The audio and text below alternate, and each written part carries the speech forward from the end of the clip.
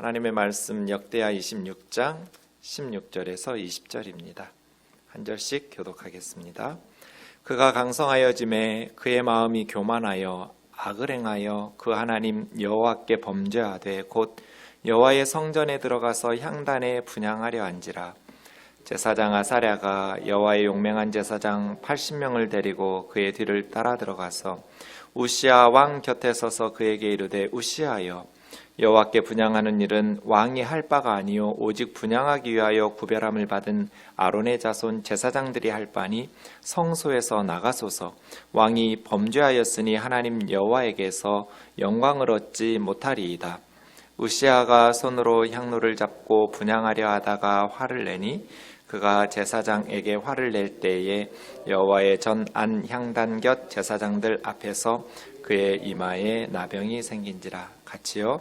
대제사장 아사랴와 모든 제사장이 왕의 이마에 나병이 생겼음을 보고 성전에서 급히 쫓아내고 여호와께서 치심으로 왕도 속히 나가니라. 아멘.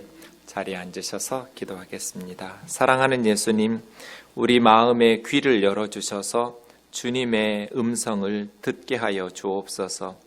마귀의 유혹과 죄악된 세상을 이길 수 있는 말씀의 검을 허락하여 주옵소서. 믿음의 본대신 예수 그리스도 이름으로 기도하옵나이다. 아멘.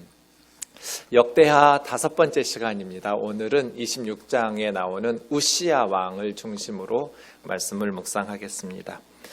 우시아 왕은 아마샤의 아들이고요. 16살에 왕이 되어서 52년간 유다를 통치한 왕입니다. 굉장히 긴 시간 동안 나라를 통치했죠. 그렇게 오랜 기간 나라를 통치한 것에 비해서는 성경에서 이 우시아 왕에 대한 기록된 분량은 많지는 않습니다. 역대기에도 보면 26장 한 장만 우시아에 대한 스토리가 기록되어 있습니다. 역사서를 공부하다 보니까 당시에 그 사람들은 그 선택이 얼마나 중요한지 미처 깨닫지 못했겠지만 나중에 그 선택이 얼마나 큰 영향을 미쳤는지를 깨닫게 되는 것들이 눈에 드러나게 됩니다. 저는 역대하를 보면서 18장 1절이 가장 안타까워요. 여호사밧이 하나님께 굉장히 경건하고 반듯하고 정직한 왕이었거든요. 하나님께 바른 통치자이기 때문에 하나님께서 함께 하셔서 여호사밧이 부귀와 영광이 크게 떨쳤어요. 그런데 여호사밧이 북이스라엘의 아합과 이세벨의 딸 아달랴를 데려다가 자기 아들 여호람과 결혼을 시키는, 이 아합 가문과 혼인함으로써 북이스라엘과 인척관계를 맺는 선택을 해요. 이 여호사밧의 선택이 역사를 지나놓고 보니까 너무너무 어리석은 선택인 거예요. 여호사밧은 죽고 나서 몰랐겠지만 그 후대에 여호사밧의 잘못된 선택으로 인해서 유다는 엄청난 고통을 받게 됩니다. 천국에서 후회할지 안 할지는 모르겠지만 만약에 천국에서도 후회할 수 있다면 여호사밧은 땅을 치면서 자신의 어리석은 선택을 후회했을 것 같아요. 여호사밧이 자기 아들 여호람을 북이스라엘의 아합과 이세벨의 딸 아달랴를 데려다가 혼인을 시킵니다. 그리고 나서 여호사밧은 죽었어요. 아버지 여호사밧 생전에 7명의 아들이 있었는데 첫째 여호람 아들에게는 왕권을 물려주었고 나머지 6명의 아들들은 지방으로 내려보내서 각자 살아갈 수 있도록 해놨어요. 예루살렘에 있으면 어쩌면 형에게 부담이 될 수도 있을지 몰라서 지방으로 생전에 다 많은 재물을 주면서 먹고 살 수 있도록 해놨거든요. 여호람이 왕이 된 후에 자기 아내 아달랴의 유혹을 받고 자기 동생 6명을 다 죽입니다. 무슨 잘못이 있어서 죽인 게 아니에요. 나중에 혹시라도 자기의 권력에 도전적인 세력으로 성장할까봐 미리 싹을 자르는 거예요. 자기 동생들을 칼로 다 죽여버렸어요. 자기 동생들만 죽이는 것이 아니라 지방의 유력한 방백들도 칼로 죽였어요. 무슨 잘못을 해서 죽인 게 아니에요. 혹시라도 자기 권력에 도전적인 세력이 될까봐 다 죽인 거예요. 이런 악한 짓을 성경은 아달랴 때문이었다. 물론 아내가 아무리 악한 영향을 미치려 해도 본인이 하나님 앞에서 바르게 섰더라면 여호람이 그렇게 무시무시한 죄를 범하지는 않았을 텐데, 사실은 여호람이 유다를 다스리고 있었지만 그 남편 여호람을 다스리고 지배했던 것은 아내였던 아달랴였다는 것입니다. 여호람은 그렇게 악을 행하다가 하나님의 심판을 받고 죽어서 그의 아들 아하시아가 왕이 되는데, 아하시아도 똑같이 악을 행해요. 그래서 외갓집 간 것 같아요. 북이스라엘에 갔다가 하나님의 말씀에 의해 예후에게 살해를 당합니다. 아하시아가 살해를 당하고 나는 것, 이제 아달랴가 보면서 예루살렘 왕가의 왕자들을 다 제거하고 죽입니다. 예루살렘 왕궁에 피바람을 일으켜요, 아달랴가. 그래서 남쪽 유다에 유일한 여왕이 한 사람 있는데 아달랴예요. 북이스라엘 아합과 이세벨의 딸이 남유다로 시집와서 자기 아들 아하시아가 북이스라엘에 갔다가 살해당하는 소식을 듣자마자 예루살렘의 모든 왕이 될 만한 왕자들의 씨를 제거하면서 피바다를 만듭니다. 그리고 천년 만년 왕권을 다스리고 권력을 누리려고 했겠지만, 그렇게 왕자들을 진멸하는 와중에 갓난아이, 1살 된 갓난아이 왕자를 고모가 유모와 함께 빼돌려서 숨깁니다. 그 고모부가 대제사장 여호야다였는데요. 대제사장 고모부와 고모가 예루살렘 성전에서 6년 동안 이 요아스 왕자를 키웁니다. 성전 안에는 성전을 수종 들고 봉사하는 사람들의 방들이 많이 있었거든요. 아마 그 방 중에 하나에 숨겨서 키웠겠죠. 7살이 되었을 때 이 여호야다 대제사장인 고모부가 목숨 걸고 아달랴 여왕을 쫓아내고 제거하면서 이 왕자가 살아남아 있었다 하면서 요아스를 왕위에 올리게 됩니다. 그러니까 15년이에요. 여호사밧이 죽은 후에 여호람 8년, 그 다음 아하시아 아달랴 7년, 15년 동안 엄청나게 많은 사람들을 죽입니다. 영적으로 우상숭배의 나라가 되는 것은 물론이거니와 죄 없는 왕자들과 방백들과 그의 가족들을 죽여요. 이것이 너무나 어리석은 일인데요. 사실은 자기네 나라만 있다면 자기에게 도전이 될 만한 왕자들과 방백들을 죽이는 것이 자기 권력을 영원히 유지할 수 있는 지혜로운 선택일지 모르겠지만, 유다만 사는 게 아니잖아요. 주변 나라들이 같이 살고 있잖아요. 자기 나라에 힘 있는 방백들과 유력자들을 다 죽여버렸으니 이제 이방 나라들이 유다로 쳐들어왔을 때 유다를 누가 지켜줘요? 여호람과 아달랴가 스스로 자기의 국방력과 경제력과 그 내부의 애국심을 다 뭉개뜨리고 자기만 살려고 자기 나라에 힘 있는 사람들을 다 숙청하고 제거해버렸기 때문에 이방 민족들이 쳐들어왔을 때 유다를 지켜줄 사람들이 없는 거예요. 그래서 어리석다는 거예요. 정적들을 다 제거하고 숙청하고 자기 혼자 권력을 가지고 천년만년 누리고 살 것 같지만, 사실은 하나님께서 심판하시고 그렇게 되면 그 공동체는 약해지기 때문에 주변에 도전과 경쟁력에 뒤처져서 무너질 수밖에 없다. 이런 어리석은 선택을 여호사밧이 하게 만든 거예요. 그래서 역다에서 가장 안타까운 장면이 18장 1절이에요. 인생은 환경과 조건이 중요하죠. 그런데 성경을 읽다 보면 더 중요한 게 한 가지 있어요.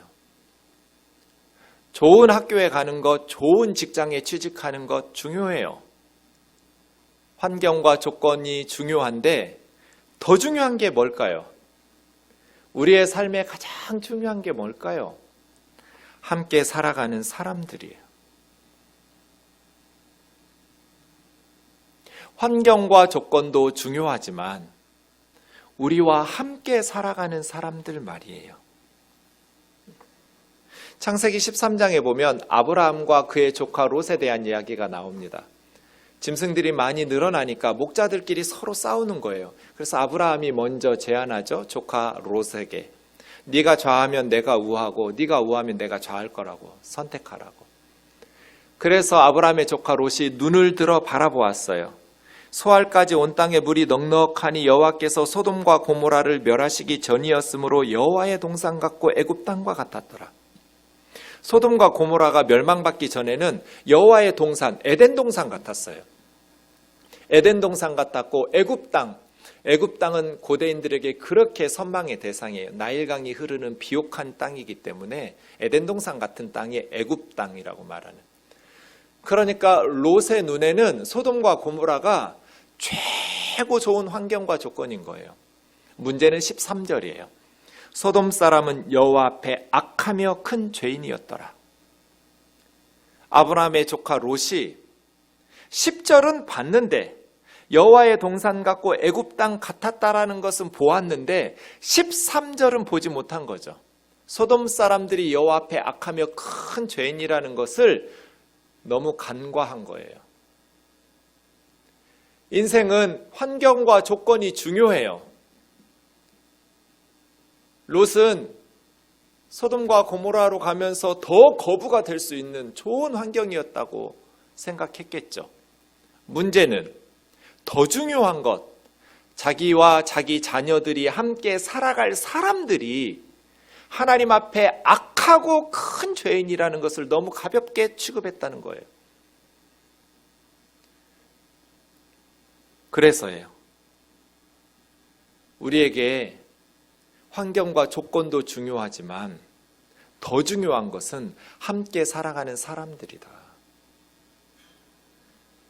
여호사밧 시대의 북이스라엘은 오므리 왕조인데 아마 북이스라엘에서 가장 형통하던 번성하던 시기가 두 개가 있는데요. 하나는 오므리 왕조 때고요. 하나는 여로보암 2세 때예요. 그때 북이스라엘은 정말 강성한 나라가 돼요. 그러니 여호사밧의 생각에는 북이스라엘의 아합과 이세벨의 딸을 데려다가 혼인관계를 맺으면 남북 이스라엘 사이에 서로 내전도 없을 것이고 평화롭게 또 여러 면에서 유익하리라고 평화와 통일을 향해서 기초를 삼을 것이라고 생각했을지 모르겠어요. 문제는 뭐예요? 아합과 이세벨과 그의 가문이 엘리야 선지자 한 사람 남겨놓을 만큼 다 하나님의 참 선지자들을 죽이고 여호와의 제단을 헐어버린 수많은 사람들을 죽이는 여호와 앞에 악하며 큰 죄인이라는 것을 여호사밧이 간과한 거예요. 결국 아브라함의 조카 롯이 어떻게 됐어요? 소돔과 고모라가 하나님의 심판을 받을 때 자신이 평생을 모았던 것이 한순간에 다 날아가 버렸어요. 그래서 저는 우리 청년들을 위해서 늘 기도해요. 청년들에게 가장 중요한 기도 제목이 두 가지잖아요. 결혼과 진로인데요. 진로를 위해서, 결혼을 위해서 기도할 때 하나님, 좋은 직장이 아니라 세상적으로 연봉이 많은 남들이 들어가기를 원하고 부러워하는 그런 직장보다 하나님을 사랑하고 하나님께서 기뻐하시는 사람들이 있는 직장으로 보내주세요. 하나님 사랑하는 사람이 있는 직장, 하나님을 기쁘시게 하는 사람들의 직장으로 월급이 좀 작더라도 사람들이 중요하잖아요. 하나님께서 기뻐하시는 사람들이 있는 곳. 어떤 교회를 선택해야 돼요? 예배당 건물 좋고 시설 좋고 프로그램 좋고 중요하죠. 환경과 조건이 중요해요. 그런데 더 중요한 것은 사람들이에요. 아무리 누추해도 하나님을 사랑하는 사람들이 있는 곳, 하나님의 말씀대로 살려고 몸부림치는 사람들이 있는 곳, 그곳으로 가야죠. 여호사밧이 이런 어리석은 판단을 내린 그 결과 15년 동안 유다는 피바람이 붑니다. 얼마나 많은 억울한 사람들의 눈물이 쏟아졌겠어요. 그래서예요. 잠언 24장 1절 같이 읽겠습니다. 시작. 너는 악인의 형통함을 부러워하지 말며 그와 함께 있으려고 하지도 말지어다. 잠언에서는 악인의 형통을 부러워하지 말라는 말을 3번이나 해요. 23장 17절, 24장 1절, 24장 19절. 악인의 형통함을 부러워하지 마라. 죄인들이 형통한 것을 부러워하지 마라. 악인들과 함께 있으려고 하지도 말아라. 왜 그럴까요? 왜 성경은 거듭거듭 악인들의 형통함을 부러워하지 말라고 권면하고 있을까요? 이게 위험해요. 악인의 형통함을 부러워하는 사람이 어떤 위험을 처하는지 잘 보여준 시편이 하나 있어요. 73편이에요. 시편 73편 보면 이 시인이 고백해요. 나는 거의 넘어질 뻔하였고 나의 걸음이 미끄러질 뻔했다고. 이 시편의 저자는 거의 영적으로 붕괴될 뻔했어요. 넘어질 뻔했고 미끄러질 뻔했어요. 왜? 내가 악인의 형통함을 보고 오만한 자를 질투하였기 때문에. 이 질투했다라는 말은 부러워했다는 뜻이에요. 이 시인이 악인의 형통한 것을 부러워하다가 영적으로 무너질 뻔했어요. 그들은 죽을 때도 고통이었고 그 힘이 강건하며 볼지어다 이들은 악인이라도 항상 평안하고 재물은 더욱 불어나도다. 악인이 악하게 살고 있으면 하나님의 심판을 받아서 뭔가 좀 저렇게 살면 안 되겠구나 이런 생각을 하도록 하셔야 되는데 악인이 형통해요. 항상 평안하고 악인이 계획하는 것보다 돈이 더 많이 벌려요. 재물이 항상 더욱더욱 불어나요. 죽을 때도 건강해요. 죽기 전에라도 좀 고생해야 하잖아요. 그런데 죽을 때도 건강해요. 그러니까 이 시인이 넘어질 뻔한 거예요. 어떻게? 13절처럼 내가 내 마음을 깨끗하게 하며 내 손을 씻어 무죄하다 한 것이 실로 헛되도다. 내가 내 마음을 깨끗하게 하고 내 손을 씻어서 죄 짓는 데 동참하지 않고 신앙 양심에 따라서 정직하게 사는 게 무슨 의미가 있냐? 헛되다. 이런 위기에 처해 든 거예요. 악인의 형통함을 부러워하게 되면 영적인 침체에 빠지게 돼요. 정직하게 사는 것의 의미가 없어져 버려요. 저 사람은 악을 행하면서 저렇게 잘 먹고 잘 살고 돈을 잘 버는데 나는 정직하게 사느라고 악을 행하지 않다가 이렇게 가난하고 뒤처지면서 이렇게 비참하게 사는구나. 마음을 깨끗하게 하고 손을 씻어서 죄 짓는 일에 동참하지 않는 게 무슨 의미가 있어? 헛되구나. 자신의 신앙과 정직한 삶을 무의미하다고 여길 수 있는 위기예요. 무가치하게 여기는 이게 가치관이 무너진 거죠. 악인들은 악하게 살아도 형통하니까 정직하게 사는 것이 별로 큰 의미가 없다고 생각하는 이 가치관이 무너져 버리는 그런 위기예요. 넘어질 뻔했고 미끄러질 뻔했다. 악인들이 악하게 사는데도 교만하고 형통하니까 6절처럼 교만해지겠죠? 악인들은 교만하고 교만이 목걸이고 강포는 포악한 거예요. 아주 폭력적인 힘없는 사람들 무시하면서 억압하고 착취하고 힘으로 강포함으로 살아가는 사람들. 그들은 능욕하고 악하게 말하고 높은 데서 거만하게 말하며 입이 하늘에 두고 혀는 땅에 두루 다니도다. 하나님을 향해서도 얼마나 교만한 말들을 쏟아내는지 온 땅을 휩쓸고 다니면서 거만한 말들을 쏟아내고 다른 사람들을 무시하고 정죄하고 능욕하고 악하게 말하는 거예요. 악인들의 삶이에요. 그런데 17절 하나님의 성소에 들어갈 때야 그들의 종말을 내가 깨달았도다. 성전에서 예배하다가 아니면 기도하다가 말씀 듣다가 악인들의 종말을 깨달은 거예요. 이 시인이. 악인들의 종말이 어때요? 주께서 참으로 그들을 미끄러운 곳에 두시며 파멸에 던지시리니 하나님께서 반드시 악인들은 넘어지게 할 것이고 파멸에 집어던지실 것이다. 이 땅에서 아니면 죽은 후에라도. 이게 악인들의 종말이에요. 여호와께 하나님께 가까이 하는 것이 내게 복이었구나. 비록 세상에서 형통하지 못해도 재물이 많이 늘어나고 그렇게 수고한 것에 비해서 소득이 적을지라도 악인들은 별로 고생도 안 하는데 엄청나게 돈을 많이 벌고 형통하고 평안하고 행복하게 그 집 식구들은 누리면서 세상의 온갖 좋은 것들을 다 누리는데 나는 깨끗한 마음으로 깨끗한 손으로 살아가는 것이 헛되구나 이렇게 생각했다가 성소에서 악인들의 종말을 깨닫고 하나님 가까이 하는 것이 나에게 복이었구나. 왜? 하나님께서는 반드시 악인들을 파멸에 던지실 테니까. 차라리 이 세상에서 파멸에 던지시고 책망받는 게 오히려 나아요. 그렇죠? 회개할 수 있을 테니까. 물론 하나님께 책망을 받고 매를 맞아도 회개 안 하는 사람들도 많지만 악인들이 형통하게 사니까 죽을 때까지 형통하니까 회개를 안 해요. 똑같이 죄를 지었어요. 전두환과 노태우가. 그런데 마지막 모습은 정반대예요. 지금 전두환 씨의 자손들과 노태우 씨의 자손들이 보이는 행보는 정반대예요. 전두환 씨는 아직도 그렇게 연세가 많은데도 너무 건강해요. 피부도 너무 좋아요. 그 연세에.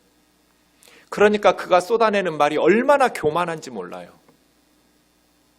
하나님께 돌아올 생각이 없어요. 그런데 노태우 전 대통령은 하나님께서 치셨어요. 그래서 죽기 전에 많이 아팠어요.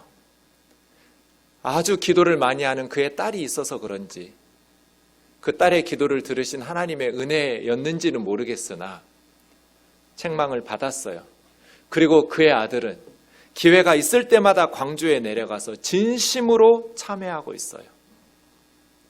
아버지가 지은 죄지만 여러분의 아픔과 여러분의 눈물을 생각하니 내가 너무 아프다고 머리를 조아리고 진심 어린 참회와 사죄의 삶을 살고 있어요.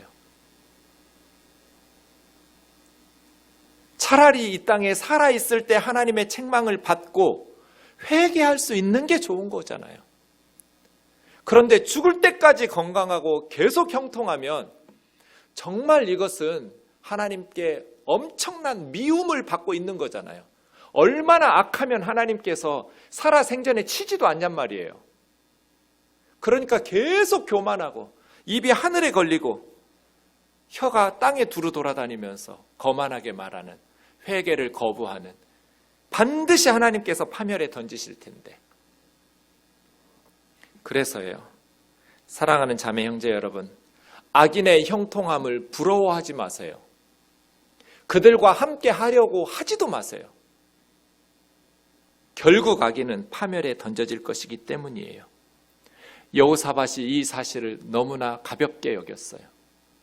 아합과 이세벨이라는 가장 악한 왕조를 보면서도, 북이스라엘이 피바람이 불고 있는 것을 보면서도 왜 그의 딸 아달랴를 데려다가 며느리를 삼냔 말이에요. 악인과 함께 하려고 하지 마라. 악인의 형통함을 부러워하지 마라. 오므리 왕조와 인척관계를 맺었던 이 여호사밧의 선택 말이에요. 사랑하는 자매 형제 여러분, 환경과 조건이 중요합니다. 어느 직장에 가느냐 중요하지 왜 안 중요해요? 그런데 더 중요한 게 하나 있어요. 그 더 중요한 것을 가볍게 취급하다가 망한 사람들이 성경에 한두 사람이 아니에요. 함께하는 사람들이에요. 그래서 정말 하나님을 사랑하는 사람이 있다면, 하나님을 기쁘시게 하면서 살아가는 사람들이 있다면 기꺼이 그곳을 선택해야 돼요. 함께 살아가는 사람들이 하나님을 사랑하고 하나님을 기쁘시게 하는 사람들이라면 말이에요. 또한 우리가 그러한 사람이 되기 위해서 힘써야 돼요. 그리고 선택의 순간 더 좋은 환경과 조건보다는 더 하나님 앞에서 착하고 선한 믿음의 사람들을 선택하는 것이 지혜로운 거예요. 사람이 중요해요. 오늘 본문 우시아가 나오는 26장 3절에 보면 16살에 왕이 되어서 52년 통치했습니다. 우시아는 아버지 아마샤의 모든 행위대로 여호와 보시기에, 그 다음 말이 중요하다고 그랬죠. 정직하게 행하며. 저와 여러분이 오늘 하루 어떻게 살았는지 아무도 몰라요. 신문에 한 줄도 안 나와요. 방송 안 나와요. 가족들도 모를걸요? 관심도 없을 거예요. 오늘 하루 내가 좀 더 착하게 살려고 했는지, 아니면 그냥 뭐 대충대충 살았는지 가족들도 몰라요. 그런데 여호와 보시기에 하나님은 보고 계셔요. 아무리 세상 사람들이 주목하지 않는 평범한 일상이라 할지라도 저와 여러분이 오늘 하루 좀 더 하나님 기쁘시게 하려고 노력하면서 살았다면 하나님 보시기에 정직하게 행하며 값 있는 하루를 산 거예요. 그런데 아무 생각 없이 대충대충 적당적당 아니면 악하게 살았다면 우리의 하루는 세상 사람들이 아무리 부러워하더라도 악하고 값없는 인생이에요. 여호와 보시기에 이것이 중요해요. 나의 오늘 하루, 나의 요즘 삶을 하나님께서 보실 때 어떻게 평가하실까? 문제는 5절이에요. 우시아 왕이 하나님의 묵시를 밝게 하는 스가랴가 사는 날에는 하나님을 찾았고 하나님을 찾을 동안에는 형통했어요. 그러니까 영적인 멘토인 스가랴라는 스승이 있었어요. 우시아 왕 옆에. 16살 어린 나이에 왕이 되니까 그 옆에 있는 영적인 리더가 굉장히 중요했겠죠? 스가랴라는 하나님의 말씀을 잘 알고 있는 그러한 훌륭한 스승이 있었어요. 그래서 왕을 하나님을 찾을 수 있도록, 하나님을 찾는다라는 것은 하나님이 함께해 주시기를 사모하고 하나님의 임재를 사모하는 거잖아요. 하나님을 늘 찾으면서 하나님의 은혜를 구하는, 하나님이 도와주시지 않으면 나와 우리 나라는 견딜 수가 없어요. 하나님께서 함께하지 않으시면 우리는 아무것도 할 수 없어요. 이런 겸손한 마음으로 하나님을 찾고 의지하고 신뢰하고 하나님께 매달린 거잖아요. 그랬더니 하나님께서 함께하셔서 형통하게 된 거잖아요. 문제는 스가랴가 죽은 후에 우시아가 변한다는 거예요. 그래서예요. 영적인 스승이 정말 하나님께서 복을 주셔서 나에게 하나님의 묵시, 하나님의 말씀을 밝히 하는 목회자를 주셨으면 정말 큰 축복이죠. 이거보다 더 큰 축복이 우리 신앙생활에 어디 있을까요? 하나님의 말씀을 밝히 하는 주의 종을 선물로 주셨어요. 우시아는 그런 축복을 누렸어요. 문제는 그 스승이 죽은 후에 우시아가 변했다는 거잖아요. 그래서예요. 목사가 누구든지 하나님 앞에 서는 날까지 우리가 하나님을 찾아야 하잖아요. 스가랴가 죽든지 말든지 하나님 앞에 가는 그 순간까지 우리가 하나님을 찾아야죠. 그런 우리 우면동 교우들 되기를 주의 이름으로 축원합니다. 하나님 앞에 가는 그날까지 하나님을 찾는 사람, 하나님 앞에 겸손하게 그 은혜를 사모하고 하나님의 임재를 구하는 사람, 하나님이 내 인생에서 빠져나가면 아무리 세상에 좋은 것들이 나에게 주어진다 할지라도 아무 의미도 없다고 하나님이 함께하는 삶, 하나님을 찾는 삶을 살아야죠. 제가 우리 청년들에게 그래요. 너희들이 목사님에게 보답하는 길은 목사님에게 선물하고 잘하는 거 아니다.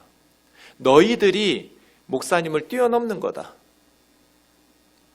자녀가 부모에게 효도하는 가장 큰 효도는 부모에게 용돈 드리고 뭐 이런 것이 아니라 부모의 신앙을 뛰어넘는 거예요. 스승과 부모보다 더 하나님 사랑하고 더 하나님 나라에 충성된 일꾼이 되는 것, 그것이 가장 큰 효도고 가장 큰 스승의 고생에 대한 보답이죠. 우시야가 스가랴에게 어떤 삶으로 보답했어야 될까요? 스가랴보다 더 하나님의 말씀을 사모하고 더 하나님 나라에 충성된 일꾼으로 살았어야죠. 자기는 정치하느라고 말씀 연구할 시간이 부족했다면 스가랴가 연로해지면 정말 스가랴에게 훈련받았던 영적인 멘토를 세워놓고 하나님의 말씀을 밝히 하는 사람을 세워놓고 그의 말씀과 책망을 들었어야죠. 우시야가 여기서 실패한 거예요. 우시야가 하나님을 찾을 때 어떤 일들이 있었냐면 6절부터예요. 블레셋, 아라비아, 마온, 암몬 사람들을 다 쳐서 이겼어요. 그러니까 그 전에 15년 동안 여호람과 아하시아와 아달랴 시기에 나라가 완전히 연약해졌어요. 유다가 완전히 국력이 쇠하여졌을 때 주변 나라들이 계속 공격해서 왕들이 죽어요. 견뎌내지를 못하고 도시들, 성읍들 다 뺏겨요. 그랬다가 이제 아달랴를 제거하고 요아스가 40년을 다스리고 우시야의 아버지 아마샤가 나라를 다스리고 우시야쯤 되고 시간이 흐르니까 다시 유다가 튼튼한 힘 있는 나라가 된 거잖아요. 우상을 제거하고 하나님을 찾았더니 하나님께서 그에게 매우 강성하게 그의 이름이 애굽 변방까지 이르도록 주변 나라들이 조공을 갖다 바치는 나라가 되었어요. 10절에 보니까 우시야는 망대를 세우고 물 웅덩이를 많이 파고 고원과 평지에 가축을 많이 기르고 여러 산과 좋은 밭에 옥토로 만들어 놓고 백성들을 잘 살게 했어요. 당시에는 농경사회니까 다 농사 짓는 게 주 산업인데 성경에서 농사를 좋아했다고 말한 사람이 딱 한 사람 있어요. 우시야 왕이에요. 모든 유다의 왕들은 농업을 중시하는 중농 정책을 펼쳐야 돼요. 농경사회에서는. 그런데 왕이 농사를 좋아했다고 성경에 써놓은 왕이 우시야가 유일해요. 원문을 직역하면 아헤브 아다마니까요. 아헤브가 사랑했다예요. 아다마는 흙이에요. 흙을 사랑했다. 이 우시야 왕은 그 농사를 좋아했다는 뜻이겠죠. 흙을 사랑한 왕이에요. 그래서 옥토로 만들어 놓고 적군이 쳐들어오지 못하도록 망대를 튼튼히 성벽을 쌓아놓고 물 웅덩이를 많이 파고 가축들을 많이 기르니까 국민들의 생활이 어떻게 됐겠어요? 부유해졌겠죠. 풍요로워졌어요. 리더가 바뀌고 났더니 나라 경제가 엄청나게 52년 동안 통치했으니까 정치적으로 안정되었고요. 경제가 번성했고요. 국방력 말할 것도 없어요. 주변 나라들 다 정복해가지고 조공받고요. 족장의 수가 2600명이었는데 모두 큰 용사였고 군대가 30만 7500명이었는데 왕을 도와서 적을 치는 싸움에 능한 건장한 사람들. 우시야가 온 군대를 위해서 방패와 창과 투구와 갑옷과 활과 돌, 물맷돌을 준비하고 예루살렘에 재주 있는 사람들에게 무기를 고안해서 신무기를 만들게 만들고 꼭 세종대왕 같아요. 새로운 무기들을 만들어서 국방을 튼튼히 했어요. 그의 이름이 널리 퍼짐은 하나님의 기이한 도우심을 얻어 강성하여졌기 때문이다. 이런 통치자예요. 그러니 아마 설문조사했다면 당시 우시야는 유다 백성들에게 지지율 거의 100% 가까웠을 거예요. 전쟁을 하면 이겨요. 맨날 주변 나라한테 약탈당하다가 이제 망대 세우고 성벽 세우고 요새화하고 무기들을 만들어가면서 국방을 튼튼히 하고 왕이 또 농사를 워낙 좋아하니까 엄청난 아이디어들을 내면서 많은 웅덩이에 물을 파고 비옥하게 토지를 개간하고 짐승들을 많이 기르게 하고 그러니 백성들의 지지가 얼마나 높았겠어요. 하늘을 찌를 듯 했겠죠. 우시야가 하나님을 찾을 동안에 하나님께서 기이한 도우심으로 함께 하셔서 우시야가 매우 강성해졌어요. 여러분 15절이 매우 강성하여 짐이었더라. 16절에 무슨 내용 나올까요? 여러분 이제 역대하 읽다 보면 강성해지고 나면 걱정이 되죠. 우리는 성공하기 위해서 노력해야죠. 하나님께서 우리에게 주신 삶의 자리에서 실력을 기르기 위해서 최선을 다해야 돼요. 학생들은 열심히 공부해야 되고 어른들은 열심히 직장에서 성실하게 실력을 길러가면서 일해야 돼요. 하나님의 백성들은 성공하기 위해서 노력해야 돼요.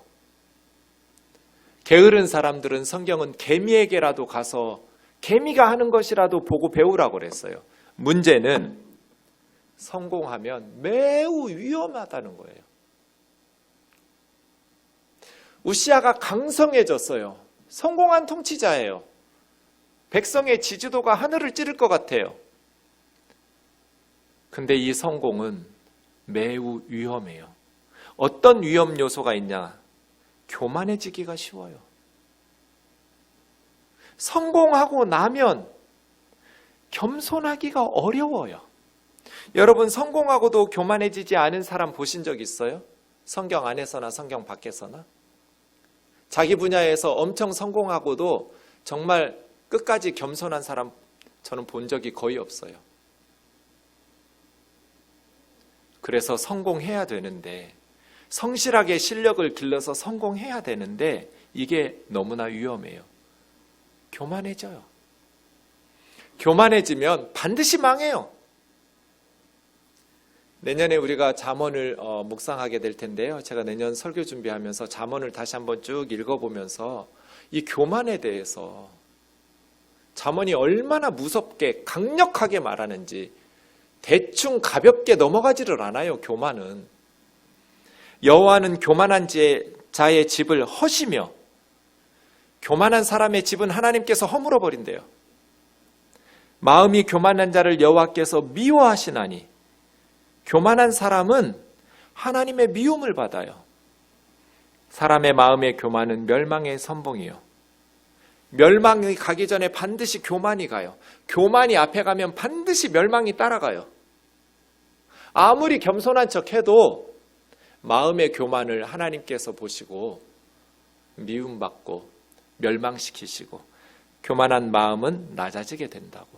이런 구절들이 수도 없어요. 강성해져야죠. 백성들이 잘 살 수 있도록 나라를 잘 통치해야 돼요. 정치적으로 안정되고 경제적으로 부강하게 국방력도 튼튼히 해야 돼요. 문제는 성공은 위험해요. 교만이라는 위험. 우시아 보세요. 16절, 그가 강성하여짐에 마음이 교만하여. 마음이 교만해졌어요. 겉으로는 아무리 겸손한 척 할지 모르겠지만 우시아의 마음이 교만해져서 성전에 들어가서 자기가 향로를 들고 분향하겠다는 거예요. 이랬던 왕이 없어요. 가끔 성경을 보면 갑자기 왜 이러지? 다윗이든 솔로몬이든 이스라엘의 그 어떤 왕도 예루살렘 성전에 가서 자기가 향을 피우면서 분향하겠다고 한 사람이 한 번도 없었어요. 근데 갑자기 우시아는 왜 이런 이상한 행동을 하는 걸까요? 설명이 불가능해요. 왜 이랬지? 미쳤나 봐. 갑자기 뭐가 이상해졌나 봐, 사람이. 이해할 수가 없어요. 뭐 옛날 왕들이 이랬다면, 그런데 이런 왕이 없어요. 왜냐하면 성경의 모세를 통해서 분명하게 정해놨어요.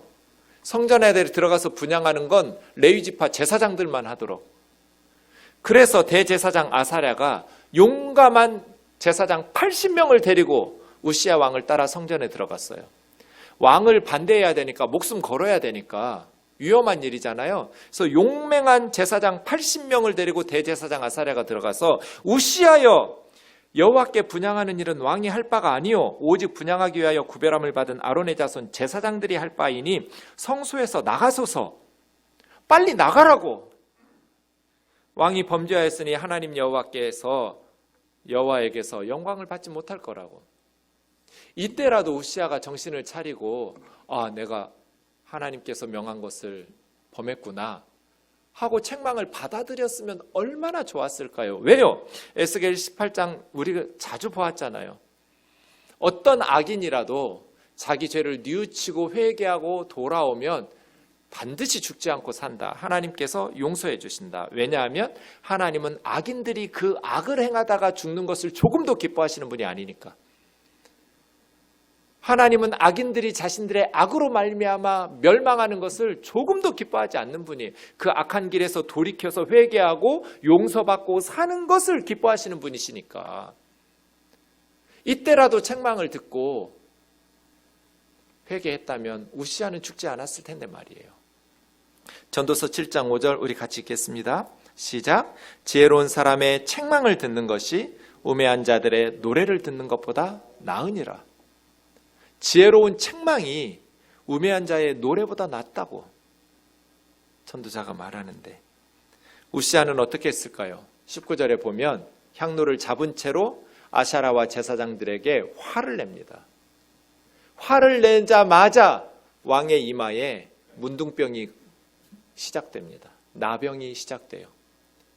그 모습을 보고 아샤라 제사장이 얼른 성전 밖으로 쫓아내고 하나님께서도 치셔서 속히 나가는데 21절 보면 우시아가 죽는 날까지 나병에서 낫지 못하고 죽었습니다. 보통 평민들 같았으면 성읍 밖으로 내쫓았겠죠. 왕이니까 별궁에 죽는 날까지 나병 환자로 살다가 죽게 되어서 죽은 후에도 나병 환자라고 해서 조상들이 묻힌 왕실 묘에 묻히지도 못하게 됩니다. 우시아는 왜 이렇게 되었을까요? 하나님을 찾았고 하나님께서 형통함을 주셔서 기이한 도우심으로 크게 강성해졌는데 왜 갑자기 교만해져서 성전에 들어가서 하나님께서 금하신 분향을 자기가 하냔 말이에요. 목숨을 건 충신들이 대제사장과 제사장 80명이 들어와서 속히 나가라고 책망하고 권면했으면 하나님의 종들의 말을 들었으면 얼마나 좋았을까요? 왜 거기서 화를 내요? 이게 성공했기 때문이에요. 성공했기 때문에. 국민들의 지지가 하늘을 찌르고 있기 때문에. 손 대는 일마다 형통하기 때문에 교만해진 거예요. 제가 지난 시간에 헤겔의 말을 나누었는데, 인간은 역사를 쓰기는 하지만 역사로부터 교훈을 얻지는 못한다. 우시아는 자기 할아버지 요아스를 보았어요. 다 알았어요. 자기 아버지 아마샤를 알았어요. 아버지도 할아버지도 처음에는 정말 하나님 앞에 정직하게 행했기 때문에 형통하고 강성해졌어요. 그런데 할아버지 요아스는 여호야다, 그 고모부와 고모가 살아있는 동안에 하나님 앞에 정직했는데, 여호야다 대제사장 고모부가 영적인 멘토가 죽은 후에, 이게 지금 우시아하고 똑같잖아요. 멘토인 스가랴가 죽은 후에 변한 것처럼 자기 할아버지에서 한번 봤단 말이에요. 영적인 스승인 여호야다가 죽으니까 우상 숭배자가 돼요. 하나님 어떻게 했겠어요? 선지자들 보내셔서 회개하고 돌아오라고 요아스에게 말했어요. 안 들어요. 최종적으로 여호야다 고모부의 아들 스가랴를 보냈어요. 하나님 앞에 돌아오라고 책망하면서 권면하니까 스가랴를 이 요아스가, 생명의 은인이잖아요. 고모가 자기 형제들 다 죽는 가운데 아달랴가 다 죽이고 있을 때 자기 혼자 구사일생으로 살려줘가지고 성전에서 6년 동안 기르다가 목숨 걸고 여왕에게 모반을 해가지고 자기를 왕으로 앉혀준 생명의 은인인데 그 은혜를 기억하지 못하고 그 고모부와 고모의 아들 스가랴가 바른 말로 책망한다고 해서 성전 뜰에서 돌로 쳐서 죽이라고 명령해요. 예루살렘 성전에서 돌 맞아 죽은 사람이 여호야다의 아들 스가랴예요. 그럼 어떻게 됐겠어요? 오래 갈 것도 아니에요. 그의 말에 하나님께서 시리아의 군대를 요아스에게 보내셔서 요아스가 죽어요. 스가랴 죽인 해에 요아스도 죽어요. 그 할아버지의 뒤끝 안 좋은 걸 보았잖아요. 그럼 우시아는 책망을 들어야죠. 그의 아버지는 어떻게 죽냐? 아마샤예요. 하나님께서 함께 하셔서 아주 나라를 잘 다스려요. 우시아 못지않게 아버지 아마샤도 아주 이스라엘을 잘 믿음으로 다스렸어요. 그래서 형통했어요. 주변 나라들 중에 가장 정복하기 힘든 나라가 에돔이에요. 그 에서의 후예들이 있는 페트라 지역이에요. 왜냐하면 거기가 높은 지역이거든요. 세일 땅. 높은 곳에 있으니까 밑에서 쳐들어가서 정복하기가 어려워요. 그런데 아마샤는 하나님께서 함께 하셔서 페트라를 정복해요. 세일 땅을. 에돔의 군대를 10,000명을 죽이고 페트라에 올라가서 10,000명을 바위 밑으로 떨어뜨려서 죽여요. 그래서 에돔을 정복해내요. 대승을 거두었죠. 그런데 바보같이 왜 그런 짓을 했는지 모르겠어요. 에돔의 신들을 가지고 유다로 와서 거기다가 분향하고 경배해요. 그러니까 하나님께서 한 선지자를 보내서 아니 자기 백성들을 왕의 손에서 구원해 주지도 못한 그 무능한 신들을 왜 끌고 와서 우상 숭배하냐고. 그때라도 아마샤가 들었으면 얼마나 좋아요? 안 들어요. 그치라 어찌하여 맞으려 하느냐. 죽고 싶지 않으면 입 다물어. 그거잖아요. 하나님께서 멸하시기로 작정하셨구나. 한마디 남기고 와요. 어떻게 됐을까요? 우시아의 아버지 예루살렘에서 쿠데타가 일어나서 라기스로 도망갔는데 그 신하들이 거기까지 가가지고 왕을 죽여요. 우시아의 아버지는 라기스에서 죽임당하고 말에게 질질질 끌려서 예루살렘에 와서 왕실의 묘에 무덤도 갖지 못하는, 할아버지와 아버지가 처음에는 경건하게 하나님의 은혜로 강성해졌다가 강성한 후에 교만해져서 비참한 최후를 경험한 걸 보았잖아요. 우시아는. 왜 역사로부터 배우지 못하는 거예요? 우리는 어떨까요? 15절 하반절 말씀, 기이한 도우심. 말로 설명할 수 없는 놀라운 하나님의 도우심. 이 하나님의 도우심이 없이는 우리는 살 수 없다라는 것을 고백하면서 늘 겸손하게 나 아무것도 아니라고, 하나님의 도우심이 없으면 나는 아무것도 아닌 사람이라고, 한순간에 무너질 죄인일 뿐이라고, 예수님의 은혜로 살아가고 예수님의 기이한 도우심을 힘입어서 하루하루 살아가는 사람이라고, 어제의 은혜로 오늘을 살 수는 없어요. 옛날에 믿음 좋았던 것으로 오늘을 살아갈 수는 없어요. 날마다 하나님의 기이한 도우심을 구하면서 하나님을 찾고 하나님의 도우심 속에서 천국 이르는 그날까지 하나님이 기뻐하시는 삶 살기를 주의 이름으로 축원합니다.